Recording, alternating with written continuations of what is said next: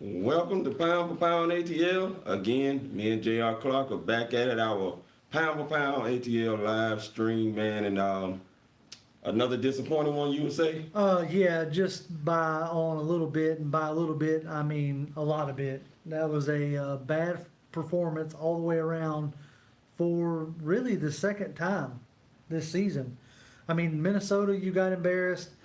You won against Philly, obviously, and you fought against Indy, right? That game could have went either way, but against Tennessee, holy crap! I think y'all forgot to play again.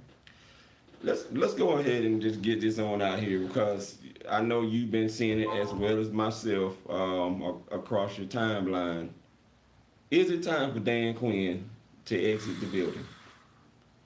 You know, I hate to say that, but it is very possible that it's time for Dan Quinn to exit. I don't like calling for anybody's job. I try not to call for anybody's job, but the fact that they ain't made any changes yet is ridiculous, especially on how we've played and how we've fared. I'm not the best pro when it comes to understanding everything about football, but one of the things I did learn is that 3 games in is enough to start gathering some tendencies. And I tweeted this out here about from what I saw on the Game Pass. Mm-hmm. Malcolm Butler was getting it handed to him on big plays, and so was Logan Ryan. Yeah. And albeit we tried and gave an effort of taking advantage of that, we just could not connect on any of those plays against Malcolm Butler or Logan Ryan. Right. No, yeah. They consistently made our offense look silly. And that's sad when they lost to Jacksonville with Gardner Minshew the week before. I mean, that's ridiculous. And when you're fielding Julio Jones and Matt Ryan and Devontae Freeman and Calvin Ridley, you ought to be able to just sneeze yourself into a touchdown or trip into a damn touchdown. And we didn't throw for one at all. You know, Matt Ryan, 53 attempts, 53. 0 touchdowns. Yeah. Another interesting stat that I saw through 4 games, this is throughout history in NFL.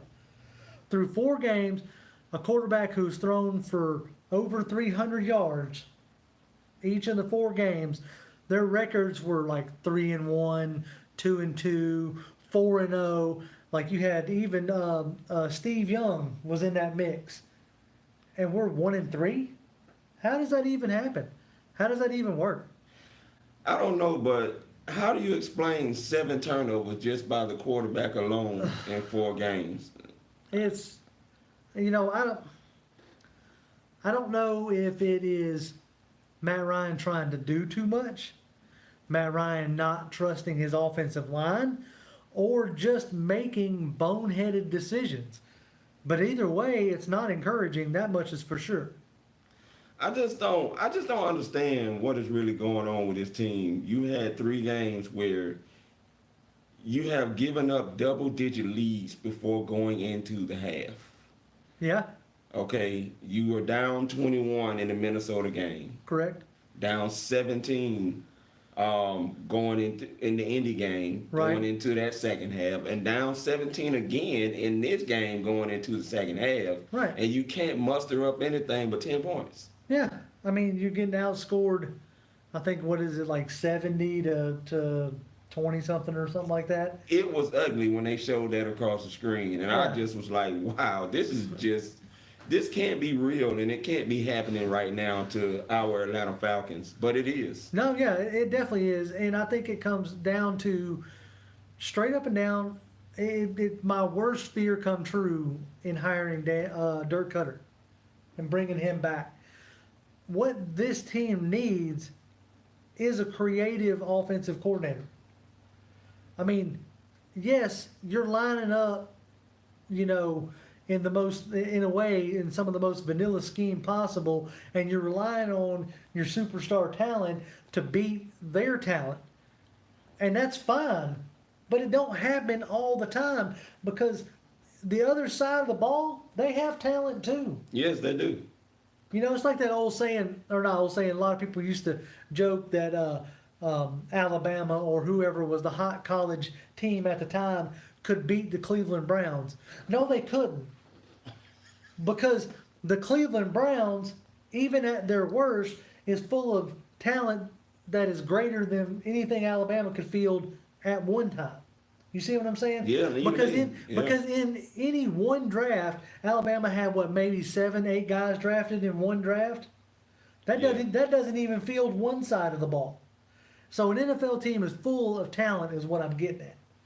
And so to think that you're going to beat the other talent straight up and down every play is asinine to me.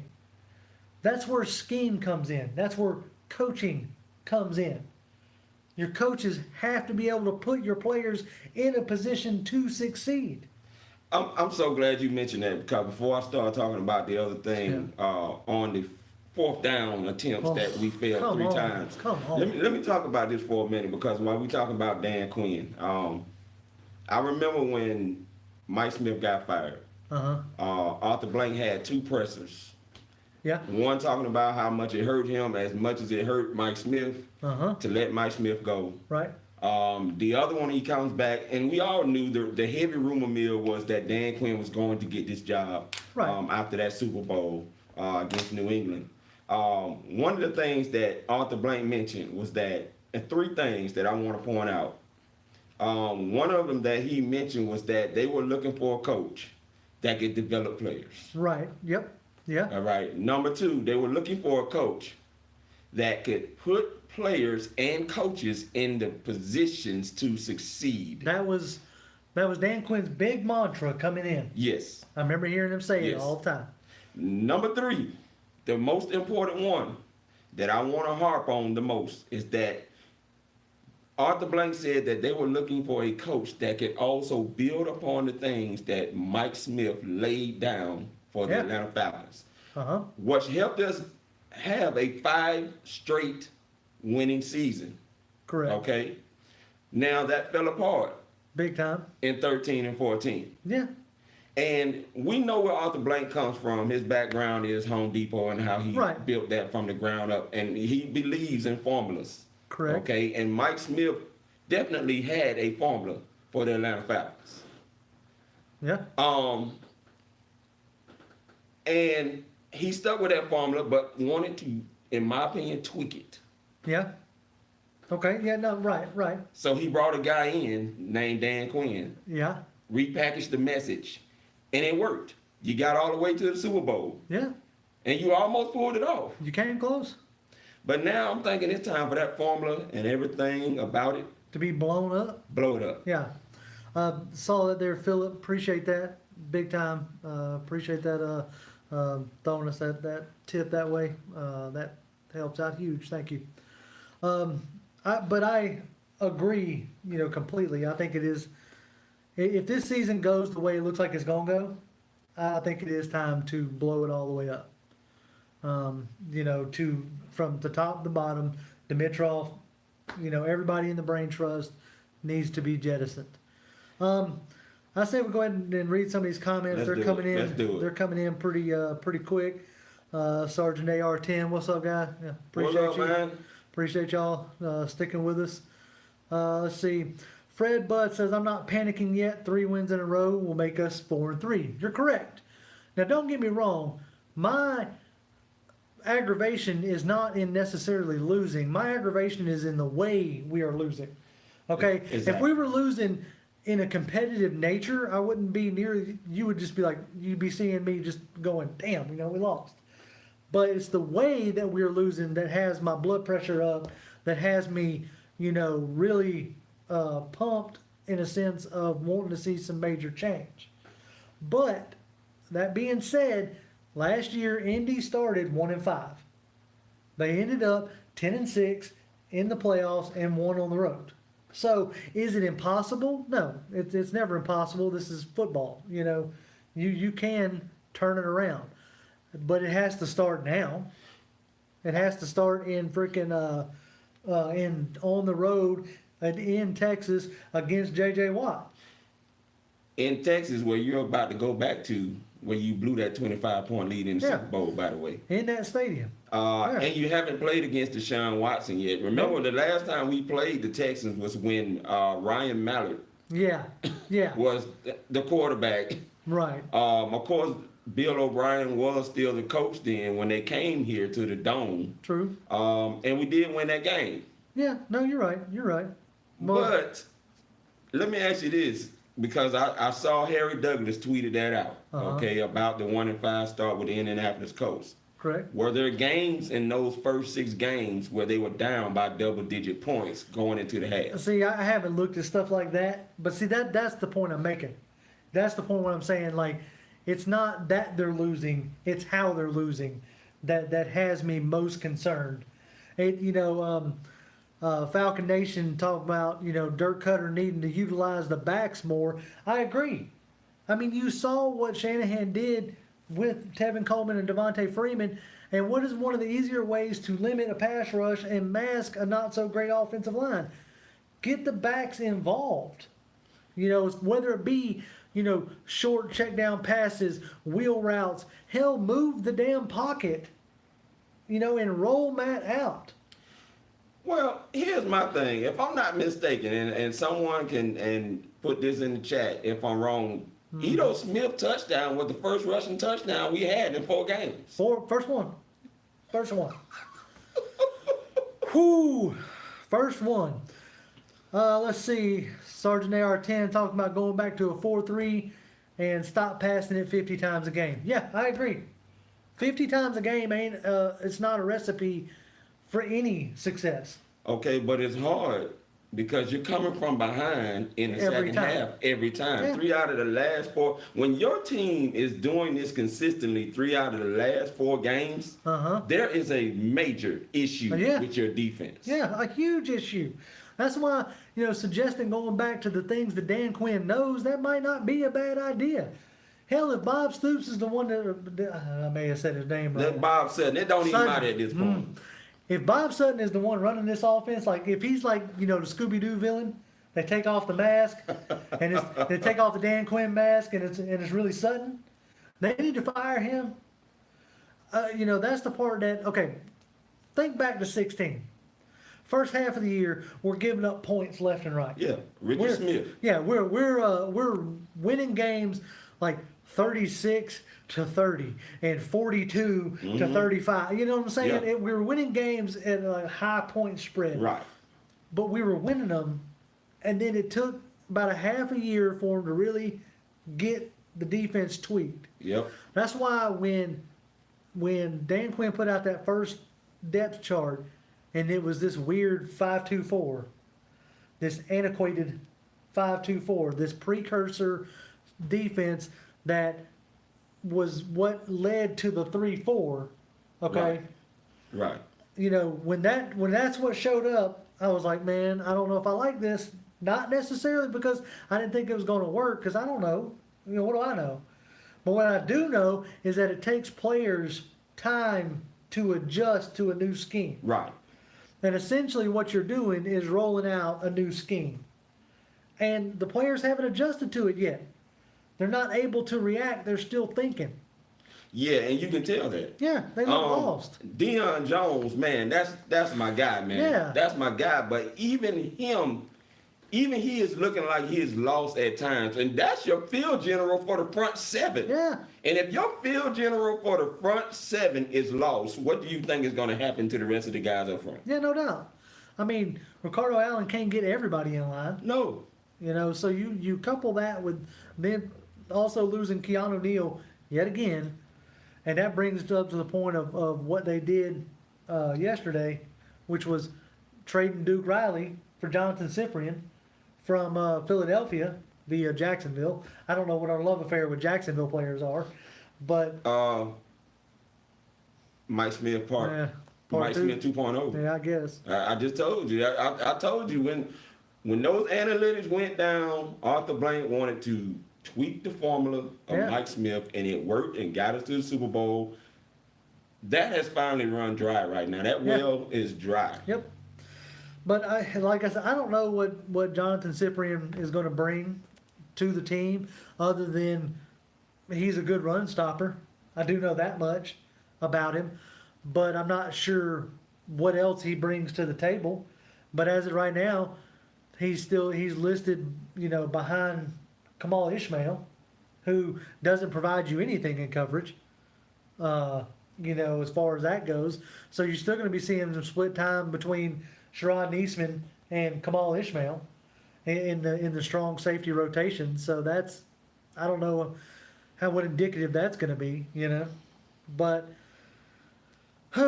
let's take a look at a few more questions out of here.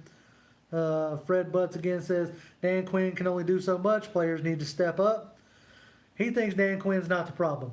I'm not 100% sure that Dan Quinn is or isn't the problem. I think his message might be falling flat, but you're right. At the end of the day, the players got to play.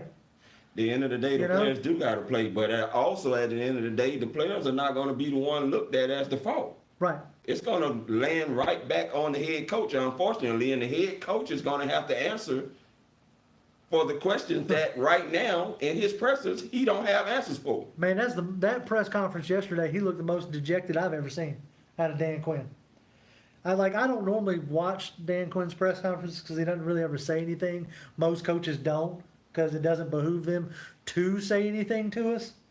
But he looked defeated yesterday standing at that podium having to answer those questions, and that is not a look I like to see on the face of my head coach, that's for sure. JR, wouldn't you look defeated? Yeah. If you're giving up double-digit leads before halftime and your offense can't never really get going to get back into the game? Of course I would. You just failed on 3 fourth down attempts in this game. Let's talk about that for a second. Let's talk about those failed fourth down attempts.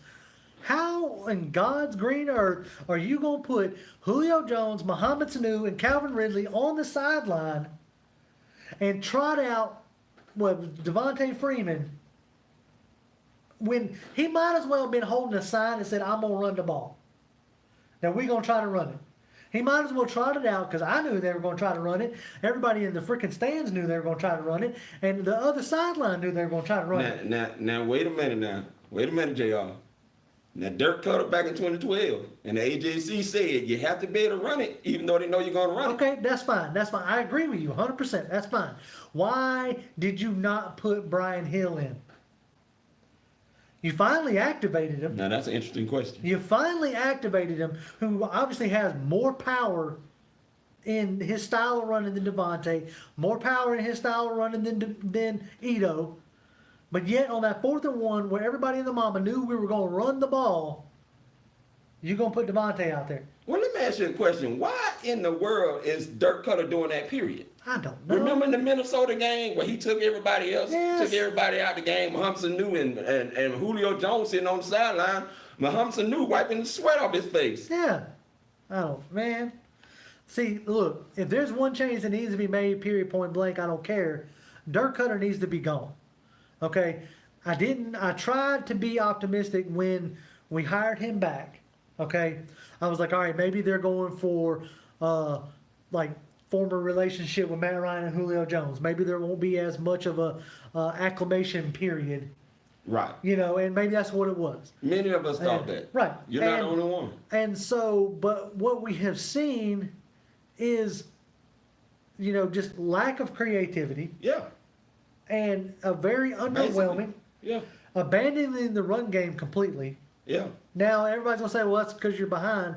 You weren't necessarily behind in the Indy game. You were at half, but you came back. I want to stop it right there. For anybody that says that, everybody's entitled to their own opinion. But for anyone who says we're behind so we can't run the ball, do y'all remember the San Francisco 49ers game and the NFC Championship game with the Atlanta Falcons? They did not deviate from their run game. Exactly. They stuck with it. And that's how they came back and beat us 28-24. Exactly. I mean, that's a, the fact that you're not even trying to run is so telling to me. But you keep coming up with this silly mess that we want to be a balanced team. What you No, you want don't. to be and what you need to be are two different things. And what you want to be and what you are completely different things. Because you definitely don't. You're not trying to be a balanced team. I don't even see that at all. I mean, they had 12 attempts. 12 attempts at running the ball.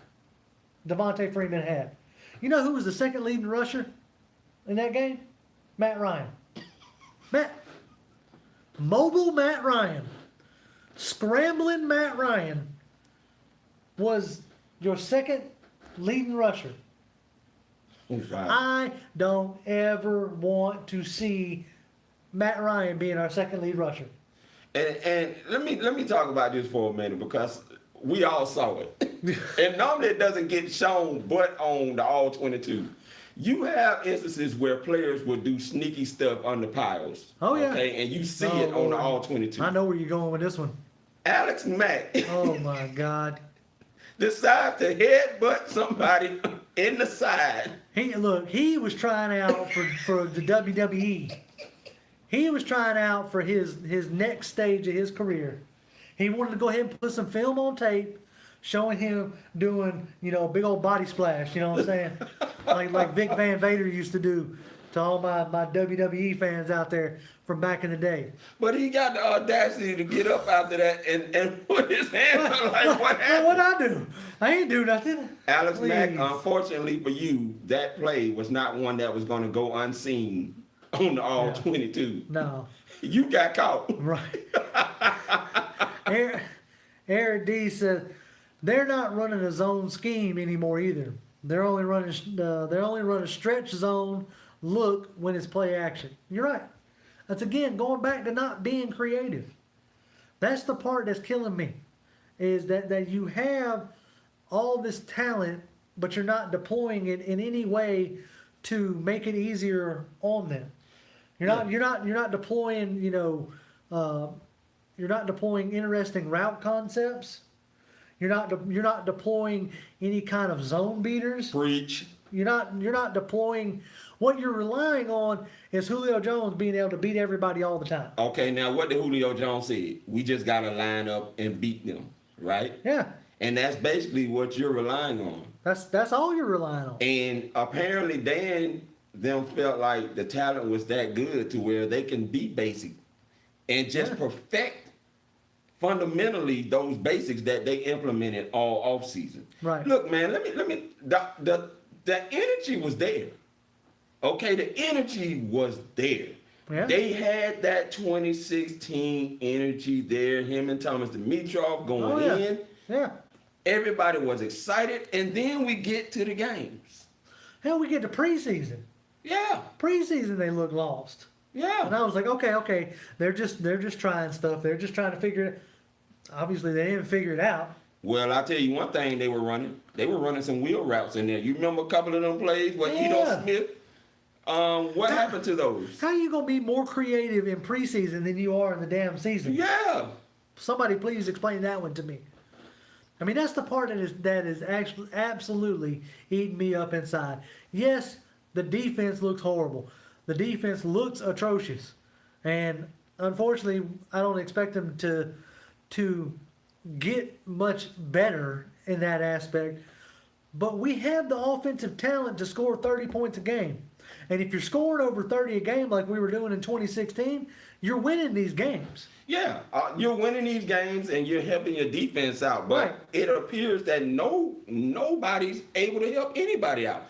The defense can't help out the offense. They can't take away the ball. Nope. The offense giving away the ball. Yep. Special teams can't get anything going in the kickoff or punt return, even with Muhammad Sanu and Edo Smith or Kendall Sheffield or whoever you want to throw back there. I don't think it even matters right now. No. You made all of these offensive, defensive, and special teams coordinator changes. And Sean Witherspoon may have summed it up well. Yeah. It's hard to build confidence when you have fired everybody again Yeah. for the second time. Right. Yeah. No, I agree completely. And Just Johnson asked, what's wrong with Deidre Sanat? He's not getting any playing time because of Tyler Davison, basically. Tyler Davison's why you're not getting Deidre Sanat on the field. And I don't know how much Deidre Sanat would help you. You would think that they would like to see it, but Tyler Davison is why you're not getting Deidre Sanat on the field. So, speaking of third round picks, Yeah. so Your Duke boy. Riley's already gone. Yeah. Do you think Deidre Sanat is going to be another play to be gone somewhere in the season? It'd be interesting. I'll tell you, I'll say this, and I don't know if it's a good thing, and I don't know if it's a bad thing, but at least the Falcons aren't trying to stand pat. They're making more moves now than they've ever made, and that almost reeks of desperation, is what that reeks of to me.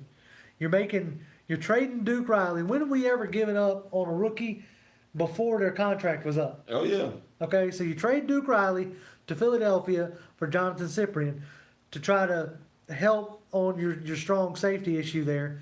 And hey, I get it. We needed help there. Keanu Neal's down. We need help. But like I said, this really reeks of desperation to me. Let's see. Anthony Wright says, fellas, the problem is, and please tell me if I'm totally wrong, that both offensively and defensively, the Falcons are reacting to what their opponents are doing instead of attacking their opponents. You're 100% right.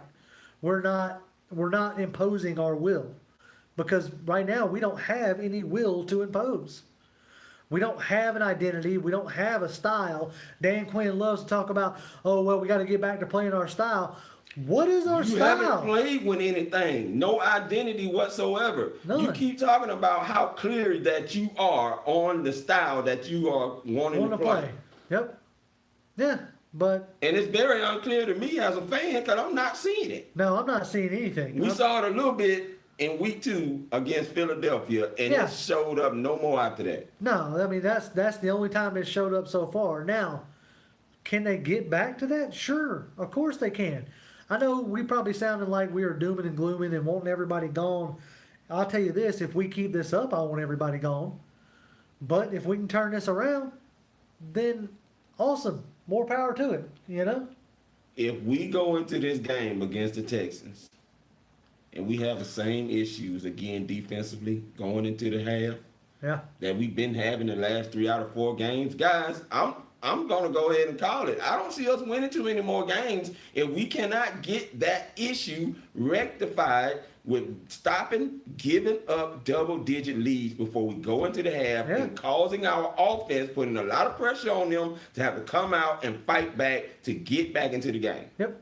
And, somebody mentioned earlier in the chat about the, penalties.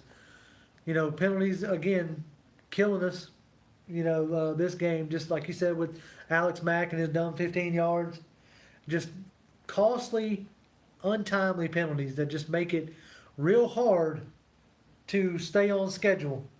You get all the way down to the red zone, you start having holding penalties and stuff like that. Now you push back to where you can't even kick a field goal, or if you do kick a field goal, hell, you miss it.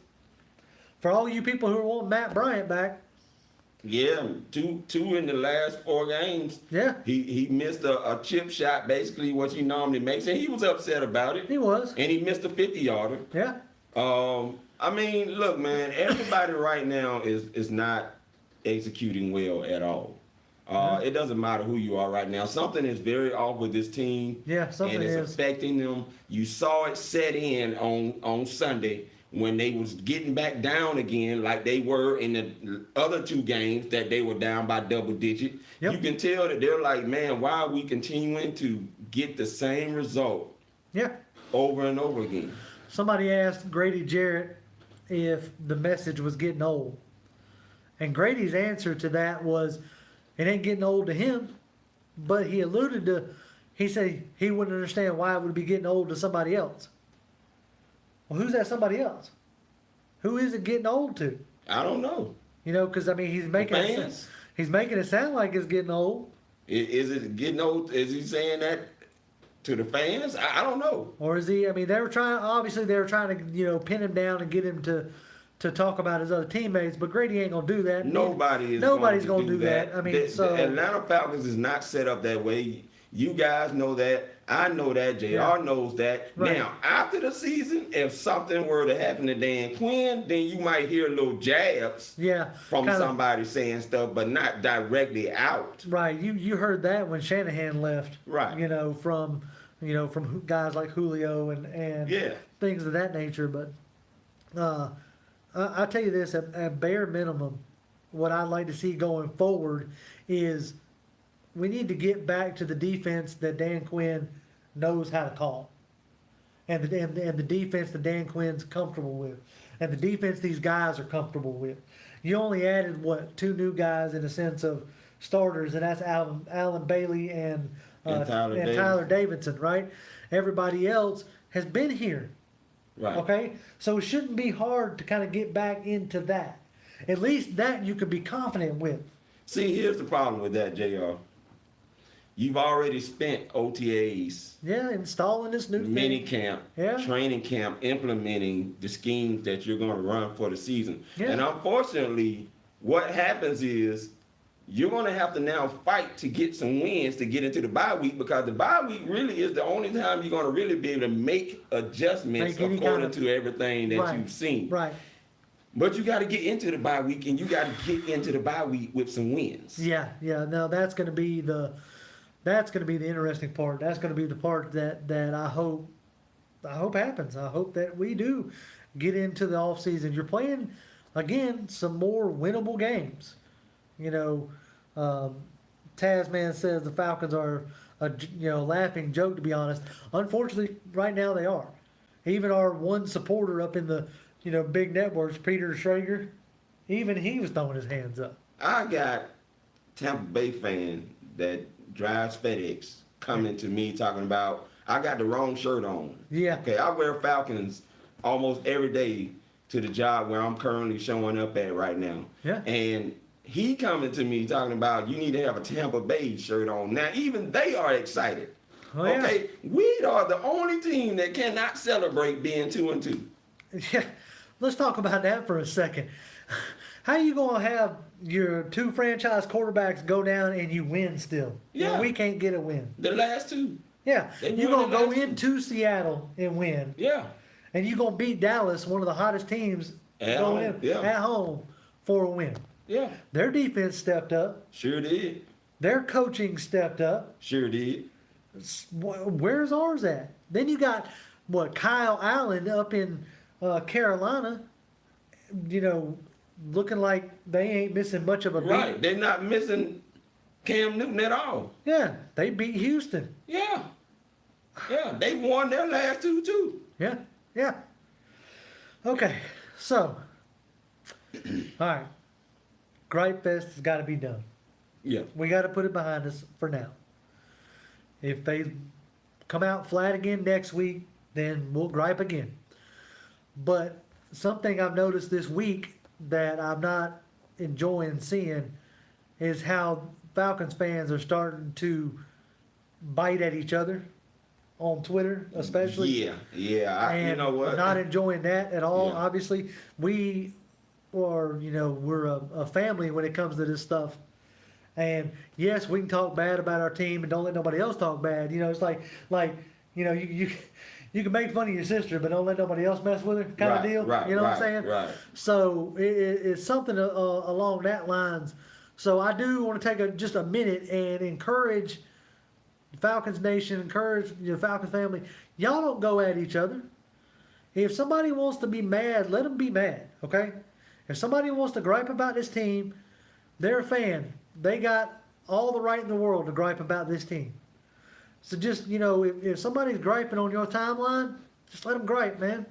You don't have to necessarily engage with them, and you definitely don't have to resort to name calling. And I've seen people just going at each other, and it's made me just kind of shake my head and think to myself that's one reason why, as a fan base, we don't get taken too seriously. Right. Right. Is because when the time gets tough, we all start fighting with each other and just give up on the team completely. Listen, everybody's upset. Completely. I'm upset. I'm Dude, I'm pissed. pissed. You know, were the fans booing before halftime, going into halftime at the Falcons? Look, all of us is upset at the product that is currently on that field right now. We don't have no answers, but it's even scarier when your coaching staff don't have answers. When you got 3 former head coaches, and I keep mentioning this, and 1 current one, and you can't figure out what is going on with your team. Yeah. No, you're right. I mean, look, you got every right to be upset. By no means am I saying don't be upset. Like I said a second ago, I'm pissed. You know, to a point where, you know, I have a hard time finish watching these few games. Right. All I'm asking is just, you know, try not to bite each other's heads off and realize that we all wearing the same colors. You know, we all supporting the same team, you know. So just that's, you know, my only ploy there. I mean, hell, if Cleveland and the Chiefs can continue to have fans through all that crap that they went through. At one point in time, Arrowhead Stadium is considered one of the loudest stadiums on the planet. Yeah. And it wasn't until this last season that they started looking like a competent team again. They're finally doing their thing with Patrick Mahomes. Right. So I would implore for the ones who can afford to go to the game. I'm not one of those. I can't necessarily afford to go to the game, but for the ones who can afford to go to the game, try to cheer. You know, try to give them your support where you can. That's all I'm saying there. But let's talk about some bright spots, because there are a few. Oh yeah. Austin Hooper looked real good. Boy, they're gonna have a decision to make, whoever the coach is going to be. Right. About keeping this guy. I hope they lock him up. He's looking like he's going to turn in a pretty solid season. Yeah. He's starting to really get the trust of Matt Ryan. Yeah. And to become that security blanket. Yeah. So, you know, I was very encouraged to see that. Devondre Campbell had a real good game. Much better. I was very glad to see that. He looked more comfortable this time around and being in the right places this time around than he has been the first 3 games. Yeah, he's starting to at least look like he's getting more comfortable in being asked to do what he's doing. And like you said, man, it's taking these guys time. And I told you guys, I didn't know if 1 game was going to be enough. And we're seeing it. Yeah. But now it's coming down to the point where you're going into your 5th game of the season. Now you're going to have to fight, like, excuse my French, hell, to win some games to get into the bye week so that you can make adjustments that need to be made. Right. Because the second half of the season, you're going to be facing 6 out of the 8 teams in your division. Yeah, exactly. So, I mean, you got to get this fixed. You know, by no means are we out of it. Yeah, no, we're not out of it yet. But, you know, it's got to start this week. Yeah. And I think some of the things that I would like to see, and I think that could help, because correct me if I'm wrong, did Jamal Brown, is he in concussion protocol? Can anybody in this chat help me on that? Yeah, I know he went didn't out. come back in the game. Has this anybody, time around. like I haven't heard anything about Jamal Brown, but that's going to be a big concern. If Ty Sombrello has to start at right guard, then Dirk Cutter is going to have to get creative. Yeah. He's going to have to get creative. He's going to have to get the ball out of Matt Ryan's hands quicker. And he's going to have to do things like move in the pocket and roll in the pocket. Speaking about rolling the pocket, why have we not seen many of those plays yet this year? I'm glad you brought that up. It's really frustrating because that was something that I felt like, you know, from Shanahan to Sarkisian, Matt Ryan was getting real comfortable doing is rolling the pocket and making those throws on the run, which is, you know, obviously one of the ways to really, you know, mess up the defense as far as like, you know, when you got the O-line all flow in one direction and you come out the backside with a back or with Hooper or don't throw anymore to Luke Stalker, but, you know, something of that nature, that's, you know, those tend to be wide open. And we're not seeing those called. We're not seeing any creative plays. And that's the part that, like, I know I probably should be harping on the defense. And I'm sure everybody would love to hear me harping on the defense. But I feel like our defense is going to get better just by the process of playing in this new scheme. Right. Okay? I feel like they're going to get better. Now, it might be too little too late, but, You've seen it. In the second half of these games, we've been able to pretty much shut other teams down. Right. Okay? We've made adjustments. Right. So it makes me feel like eventually the defense will come all the way around. The part that really is worrying to me is, like I said a little bit ago, we should be scoring 30 points a game. And we're not doing it. We've only cracked 24. Yeah, that's the highest we've gotten. So what? 24, 24, 12, and 10. Mm-hmm. Okay? Yeah. Sound like a locker combination. Sound like some losing lottery ticket numbers. But that's my biggest point, and that's my biggest concern right now, is how like pathetic and vanilla we look on offense. At this point in time, if I'm willing to put Quadre Olison and Brian Hill in and see if they can do any better than Ito Smith and Devontae Freeman. Everybody wants to talk about, Ito Smith needs more carries. I agree. Hell, they all need more carries. That's the problem right now, is that we're not running the ball enough because we're down, because of whatever million excuses you want to go with. The offensive line is banged up or what have you, but we need to get to where we can run the ball better. So Lucas just asked realistic thoughts on people thinking we should trade for Ramsey. Jalen Ramsey is a great cornerback. He's not a cornerback we need, in a sense. Think about it like this. You had Josh Norman in Carolina, right? He played mainly a zone scheme. Didn't really travel with anybody or nothing like that. And he's a good cornerback.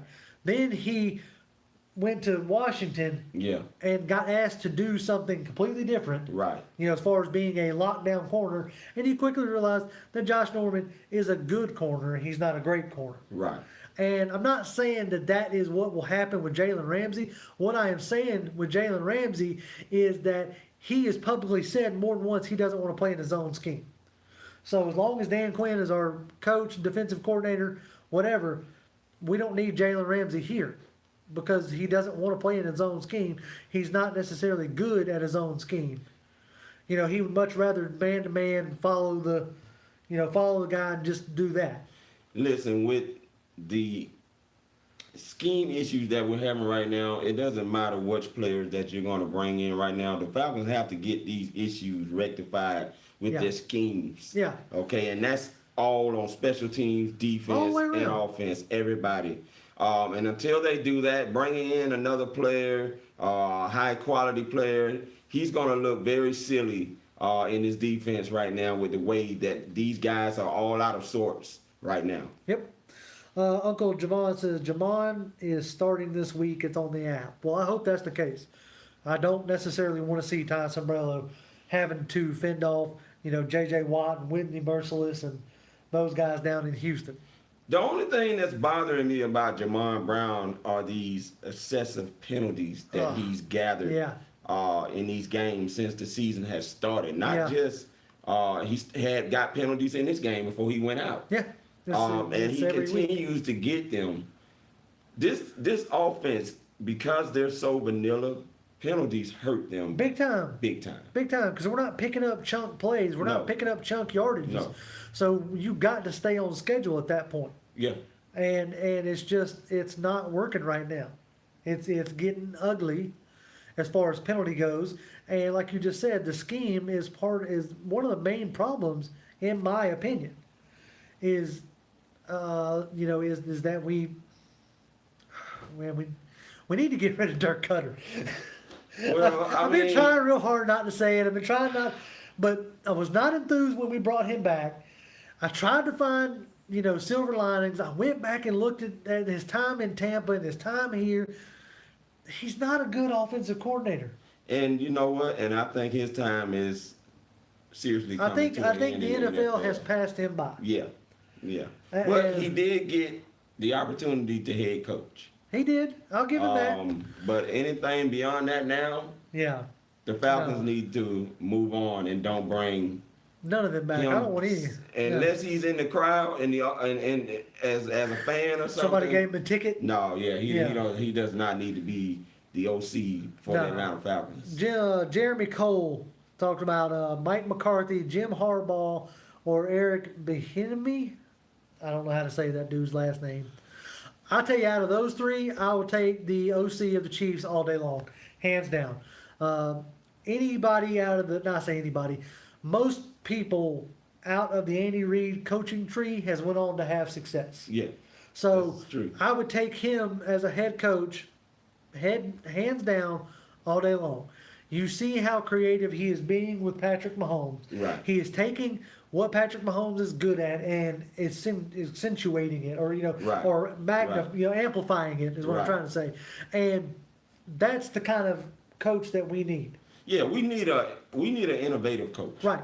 Someone that can get ahead of the times. Exactly. You've seen a lot of those Super Bowl teams that would go on those multiple and triple Super Bowl wins were because they were ahead of the game. Yeah, exactly. And by the time other teams caught up with them, they had already gathered at least 1, 2, or 3 Super Bowls Right. already under their belt. Exactly. And we thought that was going to be, I know y'all guys are going to probably kill me with this, Bobby Petrino, but it didn't happen. Yeah. Appreciate that, John.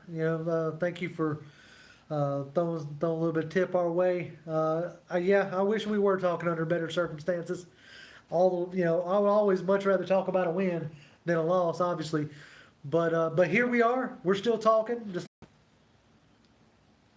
hold on. Are we back? Can anybody see us? Can anybody hear us? Tap to retry. Cancel. Hey! Maybe. We had a little bit of issues. Can anybody hear us? Can anybody, if y'all are there, let us know. We would, okay, we got Lucas telling us, yep. All right, well, we're gonna try to finish this up. We were just about to wrap it up anyway. So for the, 20 or 30 of y'all that are still hanging around, we appreciate it. But as I was gonna say before we had a little bit of interruption there, you can check out the podcast. If you joined us late or whatnot, you can check us out there on Stitcher and on Google Podcast and on Spotify. That's the other one. There isn't really a ton much more that we need to hammer on, other than I think that if we continue to look like crap going into the bye, I would hope that they would at least go ahead and make some changes. Just for public perception, not that I think that would do anything for us, because I've never seen a team that, fired a head coach midseason go on and do anything, but at least it might, put a salve on public opinion, I guess you could say. Yeah, I mean, it could, man, but